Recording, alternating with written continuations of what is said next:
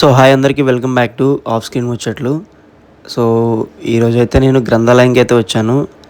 Last 2 weeks నుంచి అయితే అనుకుంటున్నాను గ్రంథాలయంకి వెళ్దామని. ఎందుకంటే నాకు అంటే 2018 నుంచి నాకు బుక్స్ అన్నా చాలా ఇష్టం. సో కానీ నాకు ఇక్కడ వైజాగ్ సిటీలో ఎక్కడ ఉంటుంది గవర్నమెంట్ సంబంధించిన గ్రంథాలయాలు నాకు తెలీదు. రీసెంట్లీ ఒక అన్న నాకు సజెస్ట్ చేశాడు పలానా చోట్లో పలానా ఏరియాలో ఉంటుందని.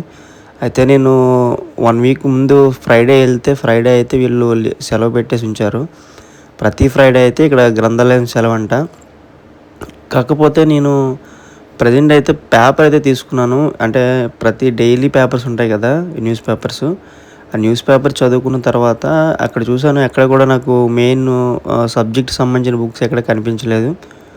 సర్లే వెళ్ళిపోదామన్న టైంలో నాకు పక్కన ఇంకో రవీంద్ర అనే ఒక అన్నేమో నాకు చెప్పాడు, ఏం కావాలి తమ్ముడు అంటే, నాకు పలానా కొన్ని బుక్స్ కావాలి అంటే అప్పుడు నన్ను పైకి తీసుకెళ్ళాడు. పైకి తీసుకెళ్తే మొత్తం అంటే లైబ్రరీలో ఉండవలసిన బుక్స్ కన్నా ఇంకా అదనంగా చాలా బుక్స్ అయితే ఉన్నాయి.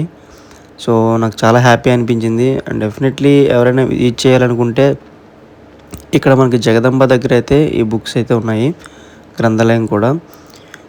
ఓన్లీ గవర్నమెంట్ సంబంధించిందే.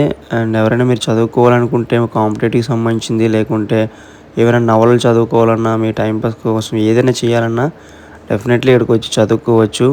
అండ్ మార్నింగ్ 8 నుంచి అండ్ మార్నింగ్ 8 నుంచి 11 వరకు అయితే ఉంటుంది. తర్వాత మళ్ళీ వీళ్ళు 4 నుంచి అండ్ నైట్ 8 వరకు అయితే ఉంటారు. సో ఇది టైమింగ్స్ వచ్చేసి. కాకపోతే ఈ బుక్స్ చదవాలంటే ముందు మనకు ఒక మెంబర్షిప్ అయితే తీసుకోవాలి. 100 రూపీస్ పే చేస్తే లైఫ్ టైం మెంబర్షిప్ అయితే ఇస్తారు. నేను డెఫినెట్గా అయితే దీన్ని అంటే నాకు ఫస్ట్ కాబట్టి నాకు అంత ఐడియా లేదు.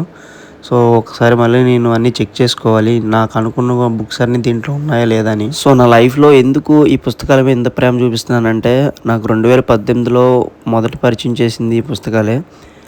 ఎప్పుడైతే నా స్నేహితుల్ని అంటే నా అనుకునే వాళ్ళని ఎంతో నమ్మిన తర్వాత వాళ్ళు మనల్ని మోసం చేసిన తర్వాత, సో అప్పుడు అనిపించింది ఇది కరెక్ట్ కాదు, మనం మనుషుల్ని నమ్మకూడదు. మనుషుల యొక్క వాళ్ళు అంటే కొంతమంది ప్రవర్తనలు నాకు నచ్చలేక, కొంతమంది మనుషుల రూపాలు నాకు నచ్చలేక ఇది కరెక్ట్ కాదనేసి వెంటనే మొదట ఒక సెక్రటరీ ఒక నవల, లేదంటే ఒక సీక్రెట్ ఒక బుక్, ఇలాంటి బుక్స్ చదివినప్పుడు ఒంటరిగా నా రూమ్లో నేనే కూర్చొని మరీ చదువుకునేవాడిని బుక్స్.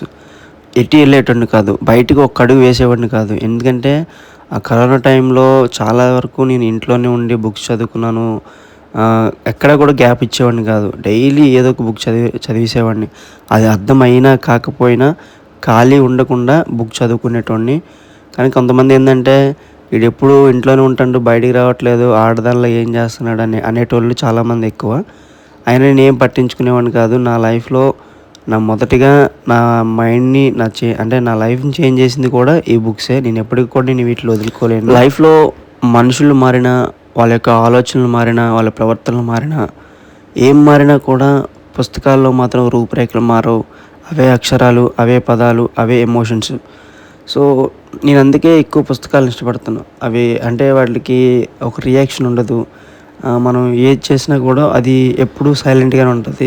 నా లైఫ్లో మొదటిగా ఇన్వెస్ట్మెంట్ చేసి కొనుక్కున్నానంటే 3,000 రూపాయలు పెట్టి ఒక 15 బుక్స్ అయితే కొనుక్కున్నాను. ఇప్పటికీ నా దగ్గర అయితే ఉన్నాయి. సో అంటే ఏ బుక్ కొన్నాను, ఎందుకు కొన్నాను అని ఎప్పుడు కూడా నాకు తెలియదు.